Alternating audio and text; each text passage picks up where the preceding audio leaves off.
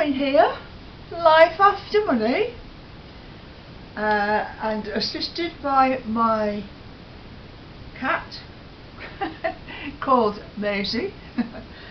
I'm going to wrap up this trucking life series of videos that I've been doing. Oh, hello Mayze. And this will be number 13, so I think it's about time I wound it up. Oh Mayze, look, you've got the best chair there, Mayze. Why do you want my bony knees? You can sit on that nice soft chair there, look. Right, I'm going to try and talk about my trucking life while this cat is distracting me. So where did we get to? I think I'm going to just tell you about the last job I had for the last 7 years of my working life. I was working for an agency, and I was asked would I like to go to a depot at in Scunthorpe at B&Q. It was a new B&Q depot opening. That's a big warehouse, not the store. And oh, is that all right, Mayze? Are you comfortable now? Yeah. Oh, all right then. And so yes, me and 7 other drivers, we went from the agency to this brand new depot which opened. And Mayze, I'm going to have to put you over there because you know you're wriggling about. Just like stay there, Mayze. I can't think when you're just messing about, Mayze. No, I've got to put some words together here. Oh, you're a bit distracted, my darling. I'm not going to win, am I? No, I am a slave to cats. So, now sit and wait. Thank you. Sit down. So we went to this new depot, B&Q depot, on an industrial estate, and we were the first 7 drivers there, all working for an agency. The job was very easy. They were all brand new vehicles, brand new Volvos, big top of the range Volvos, 38 tonner I think at the time. It's gone higher than that now. I think normal weights now are about 42 tons. But yeah, it was organised by a big distribution company, and we knew what we were going to be doing every day. So it was depot to depot work. So there was about 4 or 5 different depots all over the country. So it was out and back every day, or it was out and back every night. Now the vehicles were double shifted, so 12-hour days, 12-hour nights, so there were no nights out on that. But yeah, I used to like doing the night work, to be honest, because it was so much easier on the roads. And so it was going to the docks as well, at Immingham docks, picking up containers there, bringing them back into Scunthorpe where they were unloaded, taking the empties back. So in a day we could do about 3 trips there and back in a day. We have to wait while they're unloaded. And it was what else? It's some store deliveries, not many. I didn't like that very much because it was a matter of, we were given maps, but you know, we had to find them, and you know, the big B&Q stores quite often were in accessible places on industrial estates, which wasn't too bad, but sometimes they were quite close to town centres, and sometimes it was a struggle to get a big trailer reversed into the loading bay. But anyway, I took that job and I stayed with that job because it was easy. I didn't need to think very much about it, although it was actually boring because it was predictable, because I knew where I was going every day. And I like variety, you know. I like surprises, and I like to work out things in my own head, how to do things, what routes to take, how to get there, how to best do the job myself. Well, all that was taken away from me. I was actually just the pilot of the lorry, and that was it. I had a set of instructions, and it was all timed, time deliveries everywhere. We didn't have trackers in the cabs at that time, but I do believe most of them do now. But we had mobile phones, so they could ring us up and say, where are you, how long will you be, you need to get back, and all that. So really the days were planned by the transport department. I stuck with it because I could do it on automatic pilot. I could do it without putting much thought into it. Although I wasn't enjoying it, it was something that I was comfortable with because I had to earn a living. I had to get the wages. I had a mortgage to pay. So it was an easy option. I must admit, it was an easy option just to stay there. Eventually we were all asked, would we, it was like a trial period, you see, through the agency, so we were asked, would we like a full-time job? And the other drivers did take that option because they've got commitments, because they've got families, because they needed a secure job. I, on the other hand, stayed with the agency because I liked the flexibility of being able to say one day I'm not available, so I would have a day off. I would find something else to do. I was in my mid-50s at this time, and but then that would work the other way as well. One day the agency might say to me, sorry, we haven't got any work for you today. But I didn't really mind that, to be honest, because I thought, whoopee, another day off. And it was a way that I could cope with the boredom of the job, so that it wasn't the same Monday to Friday, week in, week out. I did weekend work as well sometimes if it was offered. So I liked the flexibility of having a day off, doing something else. You know, I got ideas that I wanted to play with. But of course that meant then that I was taking a reduction in wages. I wasn't earning as much. But it didn't really bother me because I was always monitoring my income and expenditure. Always, over the years. That bank statement lands here every month.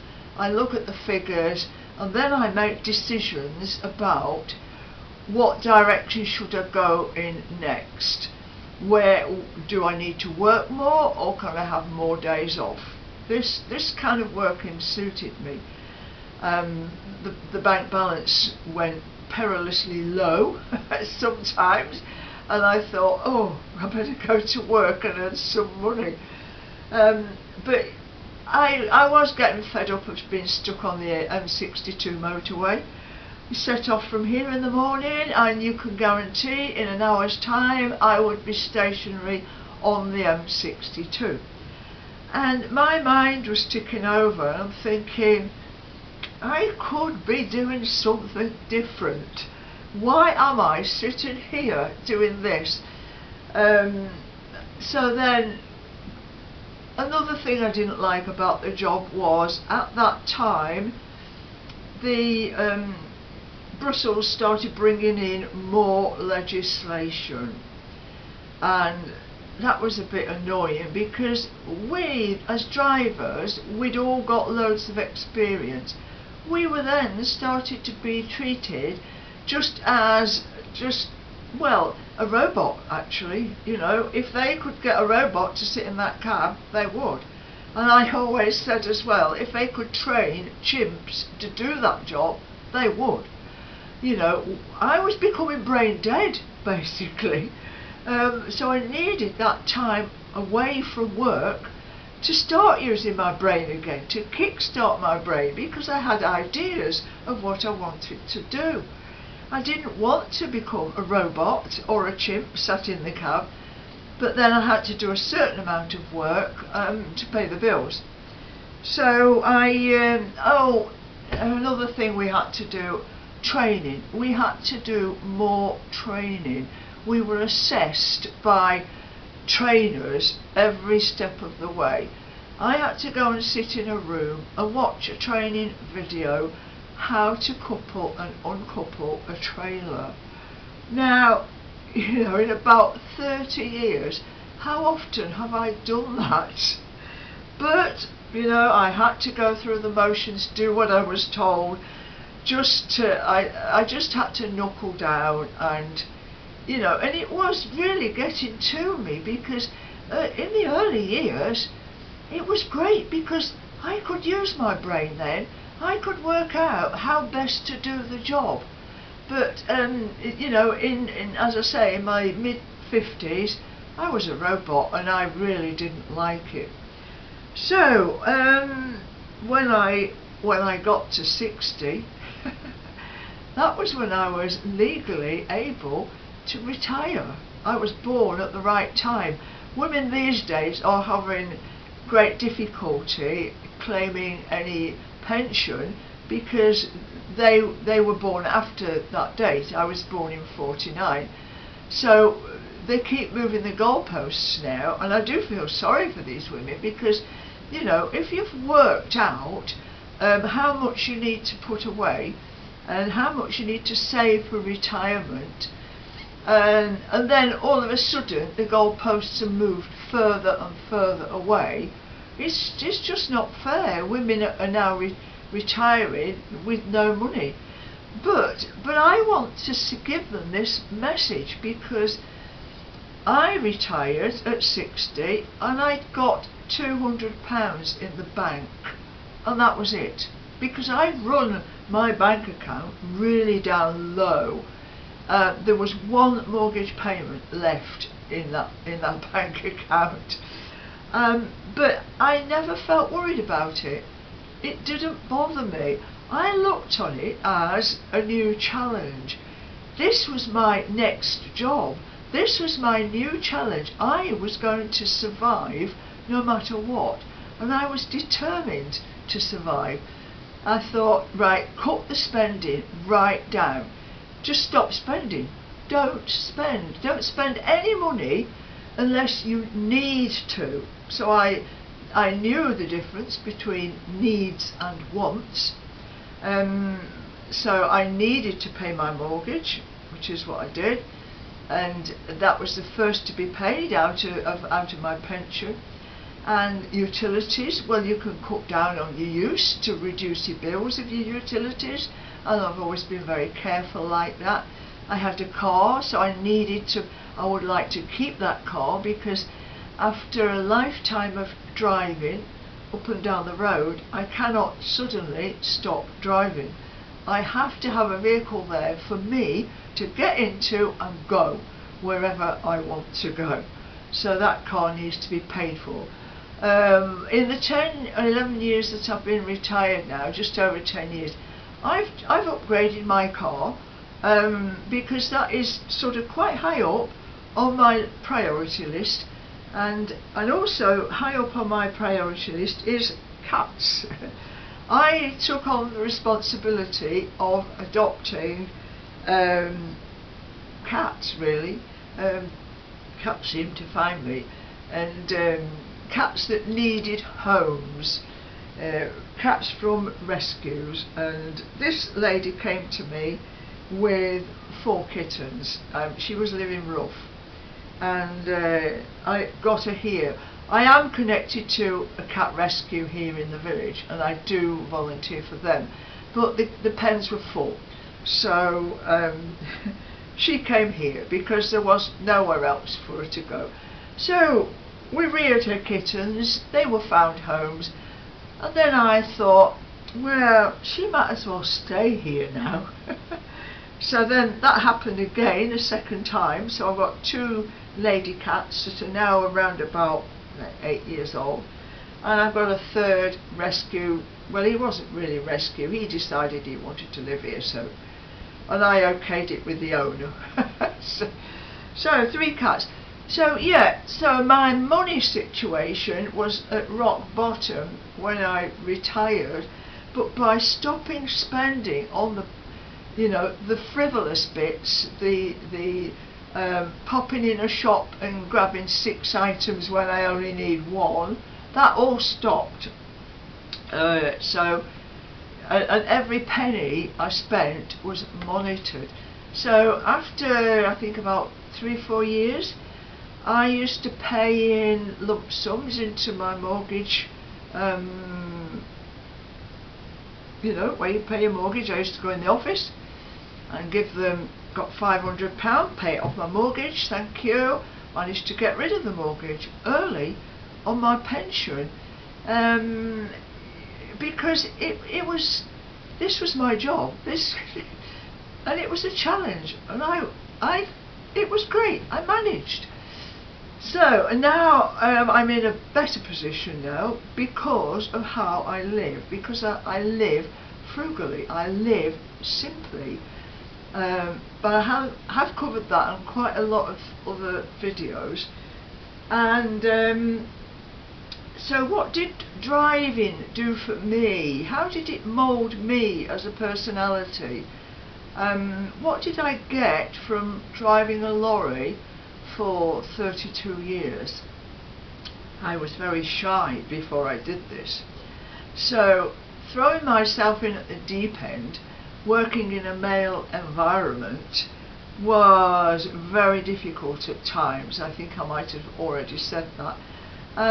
It was a struggle, I must admit. 1976, there were no female lorry drivers as far as I could see, and but I was determined. I was determined that this is what I want to do, and nobody was going to stop me. And that's how my mindset has been ever since. In fact, probably if I look back further, I was determined to leave home when I was 18 and make my own life, which I did. So it's given me confidence, obviously. It's made me stick up for myself. It's made me say what I think. I'm not a shrinking violet, you know. I've had my ups and downs. I've cried a lot, you know, but I have this ability to get back out there, get up and get off your backside and go and do it. So, and this is really the message that I do like to pass on to people who are struggling in their lives, people who are in places where they don't want to be. I've been in a few places where I didn't want to be. I've had a couple of destructive relationships by men that wanted to rule my every waking moment. I went along with it for a while, but hey, hang on a minute, you know, this is my life and you're not messing with it anymore. So I just kept on keeping on. Yes, so if anybody out there is struggling a bit, is in not a very good place, just take a step back and think about how you got yourself there, what you need to do to get yourself out, and then sum up the courage from somewhere. I know it's not easy. I know there's lots of people with mental health issues and they are struggling, and I would like to help everybody, but all I can do at this moment in time is to say I feel for you. I wish I could take you and hug you and say, it's alright, it's alright. Do whatever you must do to get where you want to be. Do not be put down, do not be slapped down, do not be bullied, do not be talked to like you're a piece of dirt, like I was, you know. Just keep on keeping on. Do not ever give up. Do not, because there is light at the end of the tunnel. So, I've gone right off the rails now, haven't I? But that is the point of my trucking tales. It's about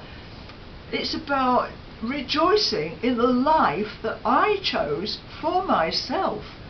And I just want to say to other people, you choose your own life that you want for yourself.